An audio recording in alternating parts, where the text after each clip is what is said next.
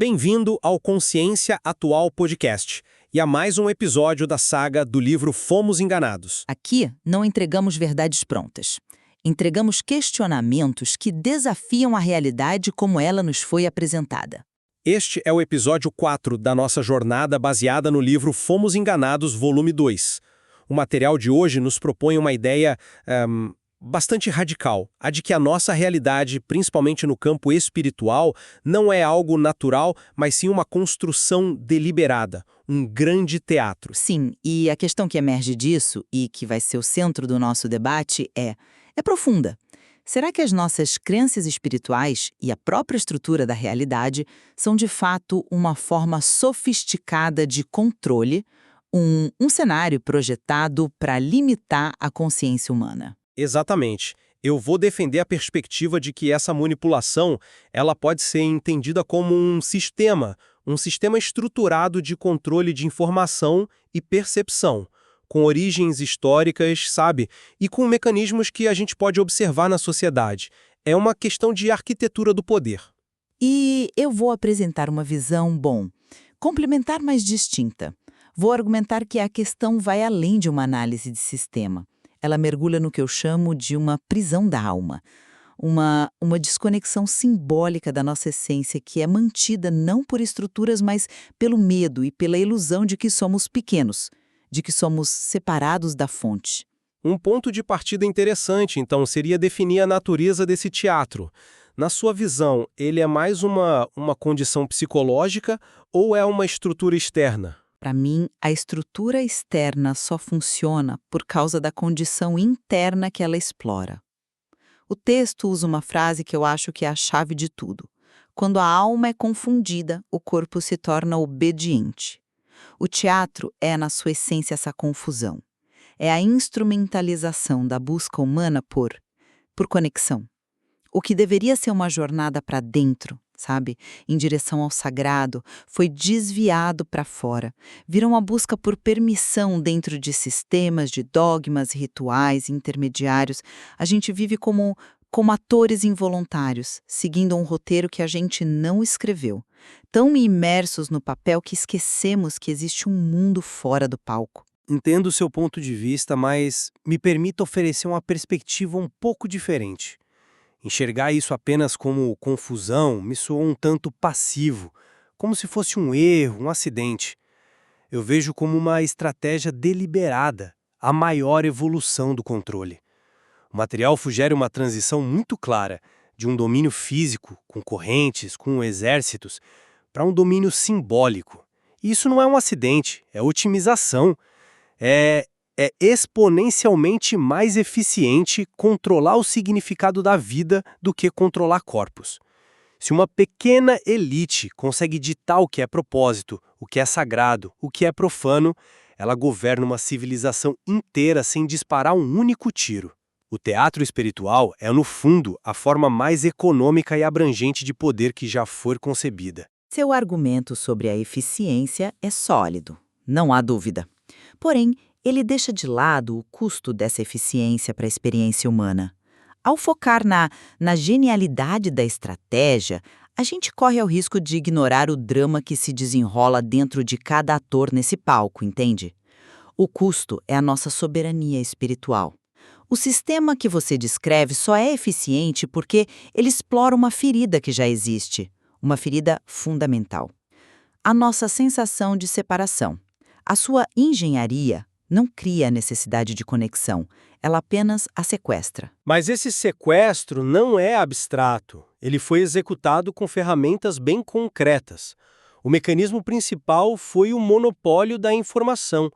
O texto é explícito nisso. Ele cita as bibliotecas do Vaticano, repletas de pergaminhos que contradizem a narrativa oficial, ou descreve a queima de grandes bibliotecas como incêndios convenientes. Isso não é simbólico, é tático. É a remoção cirúrgica do conhecimento que permitiria ao indivíduo, formular perguntas perigosas.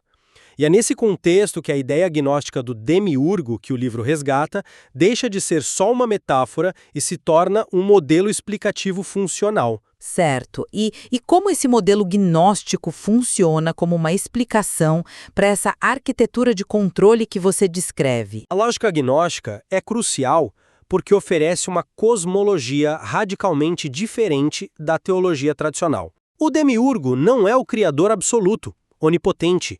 Ele é um arquiteto menor, uma entidade de competência limitada que, sem entender a totalidade do divino, do pléroma, ele criou uma cópia imperfeita e material da realidade. O nosso mundo. Essa prisão é administrada não por demônios no sentido moral, mas pelos arcontes, que agem como guardiões de um sistema de percepção. A função deles é garantir que os habitantes não percebam as falhas na construção, nem se lembrem da sua verdadeira origem. A grande inversão que o texto propõe: você não veio ao mundo, o mundo foi colocado sobre você, é a descrição literal desse modelo. O poder não está numa moralidade de bem contra o mal, mas na manutenção de uma narrativa que só se sustenta pela ausência de alternativas. Com todo respeito, discordo que a questão seja apenas sobre o sistema. A sua descrição da arquitetura agnóstica é precisa, mas o que mais me impacta é a consequência psicológica e espiritual de viver dentro dela. O que significa para a psique humana existir numa realidade criada por um Deus inseguro? Um arquiteto que, segundo os gnósticos, precisa de adoração para validar a própria criação. Significa que as ferramentas de controle mais eficazes não são externas, como queimar livros, mas internas. O medo da punição, a culpa pelo pecado, as leis morais artificiais. Essas se tornam as grades invisíveis da cela. E é aqui que os arcontes se tornam geniais. O que você quer dizer com isso? Quero dizer que os arcontes não precisam de uma presença física. Eles operam através da internalização. A culpa que a gente sente ao quebrar uma regra social, a ansiedade que surge ao pensar fora da caixa, a voz interna que nos diz que não somos bons o suficiente. Essas são as manifestações dos arcontes na nossa própria psique, policiando as nossas mentes a partir de dentro. Nesse sentido, a queima das bibliotecas foi um ato secundário. O ato primário foi silenciar a nossa capacidade de fazer perguntas sobre nossa própria natureza. O sistema inoculou a ideia de que somos inerentemente falhos e desconectados da fonte. E essa crença se tornou a ferida fundamental que o teatro explora incansavelmente. Seu ponto é interessante, mas eu o enquadraria de outra forma. Eu diria que essas vozes internas são o resultado da engenharia, não a sua causa. Elas são programadas. O sistema moderno, a prisão contemporânea, é ainda mais sutil e se baseia exatamente nessa programação. Ele não depende mais de templos de pedra ou de dogmas religiosos explícitos, sabe? A arquitetura evoluiu. Exatamente. A prisão moderna é feita de telas, de rotinas exaustivas, de ansiedade crônica e, acima de tudo, da ilusão de escolha. O texto aponta isso de forma brilhante. A mídia oferece um cardápio limitado, geralmente entre distração superficial e medo paralisante. As escolas são desenhadas para moldar a obediência, o pensamento linear, não a soberania intelectual. A sociedade recompensa a conformidade e pune o desvio. Até a ciência oficial, em muitos casos, limita o escopo do que pode ser investigado, não é? É uma prisão de percepção. E a sua frase mais poderosa é: a melhor prisão é aquela em que o prisioneiro acredita ser livre. Por isso, despertar não é um ato de rebelião externa, mas um ato interno, de lembrar. É uma força visceral, intuitiva, que essa engenharia que você descreve não consegue antecipar ou controlar. Eu não fico totalmente convencido por essa linha, porque ela foca na experiência individual, mas o mecanismo é coletivo, é observável.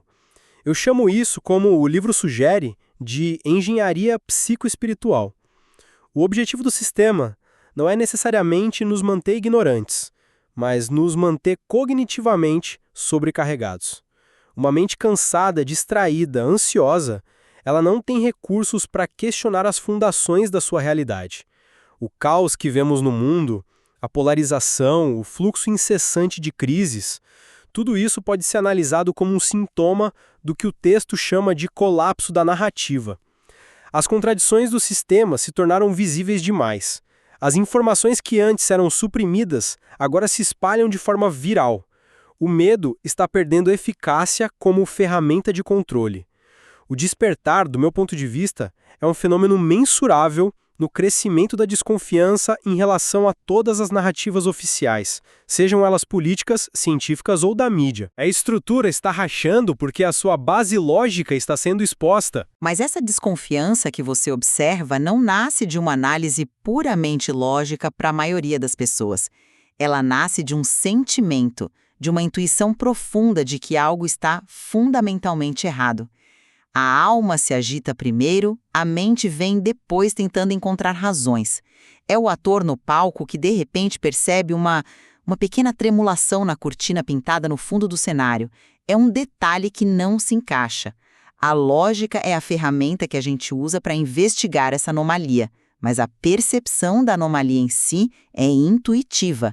É uma ressonância interna que diz: isto não é real. Talvez a gente esteja olhando para as duas faces da mesma moeda. A exposição das falhas lógicas do sistema que eu apontei alimenta a intuição que você descreve. E essa intuição, por sua vez, força a mente a procurar ativamente por mais falhas.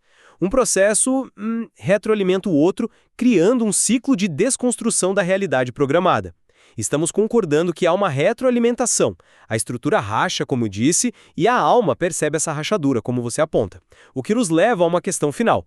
Qual o resultado prático dessa percepção crescente? Sim, essa é a questão que fica, né? O que a gente faz com a percepção de que estamos em um teatro? Do meu ponto de vista, o que discutimos aqui foi a evolução de uma sofisticada estrutura de controle que migrou do domínio físico para o psicoespiritual.